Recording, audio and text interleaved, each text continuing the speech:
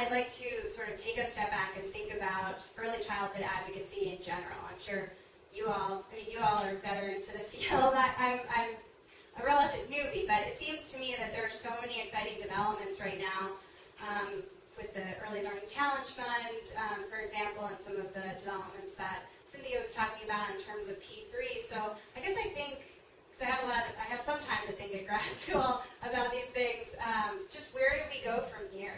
How do we build on that momentum, but also make sure that early childhood education remains on the front burner?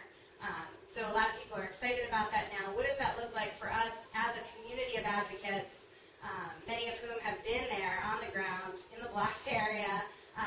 How do we mobilize for change and sustain that momentum in the long run?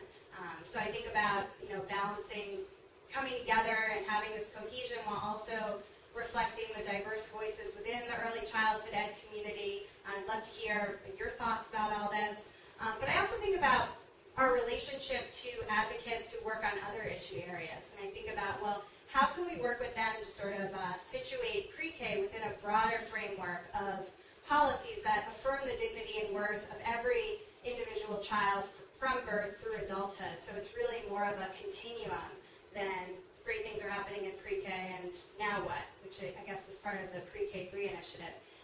And a few months ago, our mayor, Mayor Booker, was on Meet the Press, and he said something about developing a new narrative for cities. And I started to think about that. Being a former pre-K teacher, I like stories, I like narratives, and I thought, well, where does pre-K and early childhood education fit within that narrative? And I don't think you have to be a pre-K teacher to understand the importance of a strong beginning to a story.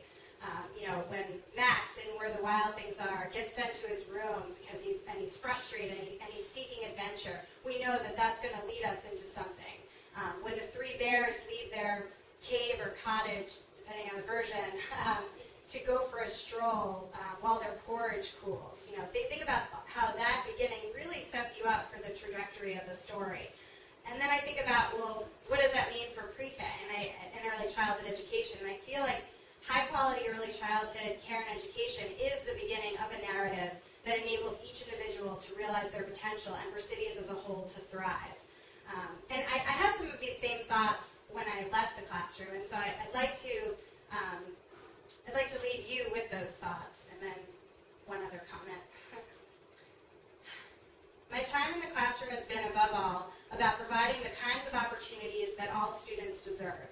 The playing field is not level, even for 3- and 4-year-olds. High-quality pre-K teachers alone cannot ensure that a child will not face educational and societal inequities down the road, but the vibrant and challenging learning environments we provide are the first step toward giving all children an equal chance at success. As I said in the beginning, I am incredibly inspired by the work that each of you do in Newark and across New Jersey for young children.